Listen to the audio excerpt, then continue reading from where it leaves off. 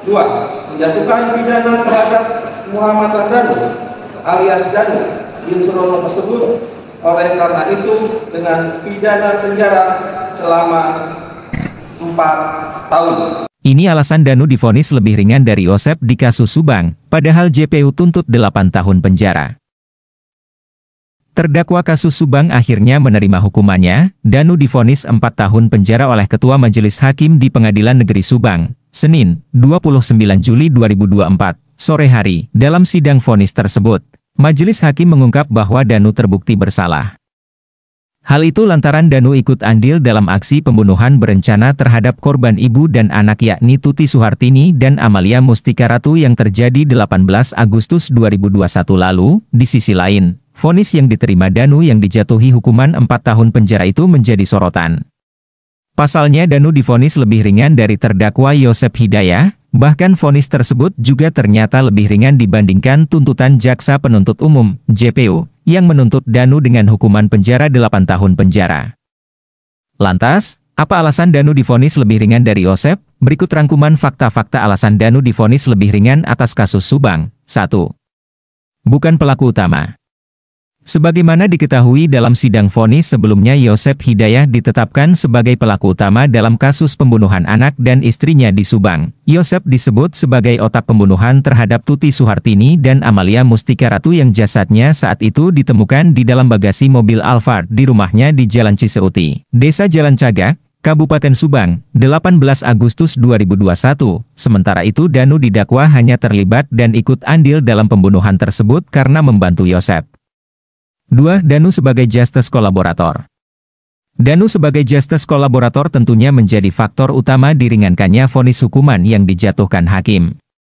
Karena status ini sudah memenuhi syarat, yakni Danu bukan pelaku utama, dan Danu mendapatkan ancaman yang nyata. Dalam penetapan Danu sebagai justice kolaborator dilakukan oleh LPSK dengan uji coba yang sangat panjang terhadap Ramdhanu, jadi tentunya tidak sembarangan seseorang bisa mendapatkan status justice kolaborator, yakni mendapatkan perlindungan sepenuhnya dari LPSK yang bertujuan untuk membongkar sebuah kasus. 3. Danu sudah meminta maaf ke keluarga korban. Danu sudah meminta maaf dengan tulus kepada keluarga besar dari almarhum Bu Tuti. Dan keluarga sudah memaafkan dan meyakini bahwa Danu hanya dimanfaatkan Yosep untuk membantu melakukan pembunuhan tersebut. Bahkan keluarga besar almarhum Bu Tuti mengharapkan Yosep dihukum seberat-beratnya.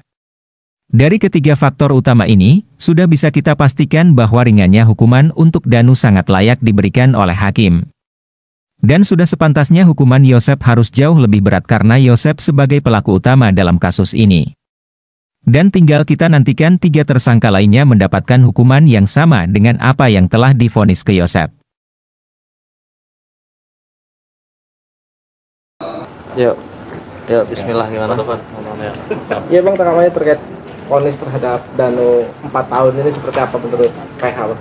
Ya, pertama alhamdulillah kita sudah selesai sidang. Terima kasih teman-teman media semua yang sudah mengawal sejak awal.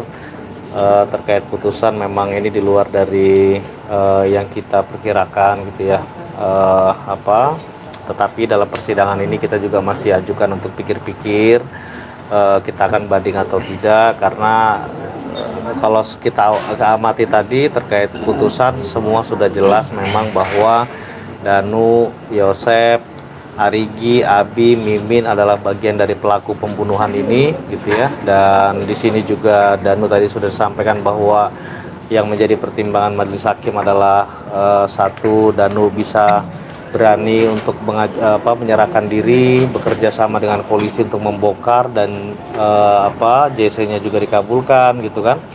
Tetapi memang dalam hal ini ada pertimbangan yang kita dengarkan tadi, bahwa memang ya terbukti Danu bagian dari pelaku gitu, sehingga memang saat ini kita juga perlu untuk diskusi semua tim hukum bersama Ramdhanu, apakah kita akan banding atau tidak gitu kan.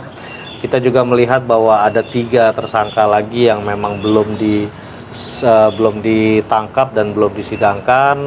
Kita juga akan pertimbangkan semua gitu bang.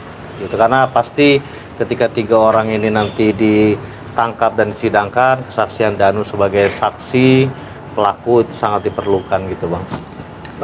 harap Bang untuk ketiga tersangka yang belum ditangkap dan diadili ini seperti apa sih dari ya? Sebetulnya perkiraan kita tadinya kita berharap bahwa Danu divonisnya lebih di bawah dari lebih ringan ya, di bawah 4 tahun, karena memang kita ketahui sama-sama bahwa kasus ini tanpa ada pengakuan, kesaksian Danu dan penyerahan diri Danu, saya yakin kasus ini kita sampai hari ini belum bisa dibongkar apalagi disidangkan gitu. Tetapi apapun itu adalah keputusan hakim. Kita harus menghormati, menghargai, karena tadi sudah disampaikan bahwa seadil-adilnya seadil-adilnya adalah keadilan milik Allah.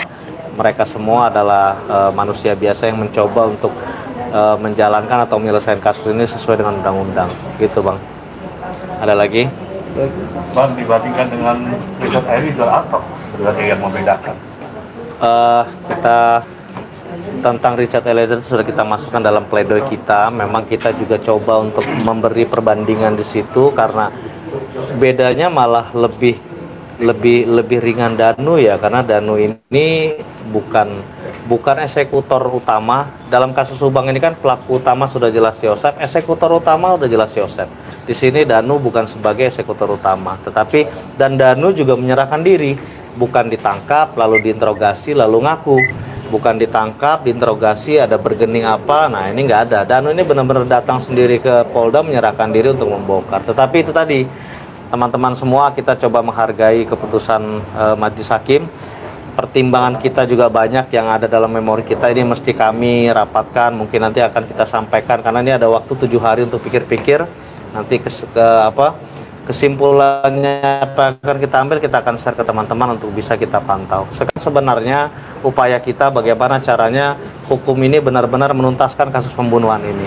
Yosep sudah divonis, Danu juga sudah mendapatkan vonisnya hari ini. Kita berharap yang 3 ini bisa diadili, sehingga kedua almarhumah bisa mendapatkan keadilan, keluarga korban juga bisa mendapatkan keadilan, dan tugas media untuk mengawal ini tuntas. Kalau sekarang kan belum tuntas nih, karena masih ada 3 lagi yang mesti diselesaikan gitu.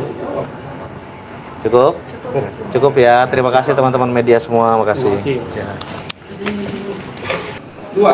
Menjatuhkan pidana terhadap Muhammad Danu alias Danu bin Surono tersebut, oleh karena itu dengan pidana penjara selama 4 tahun.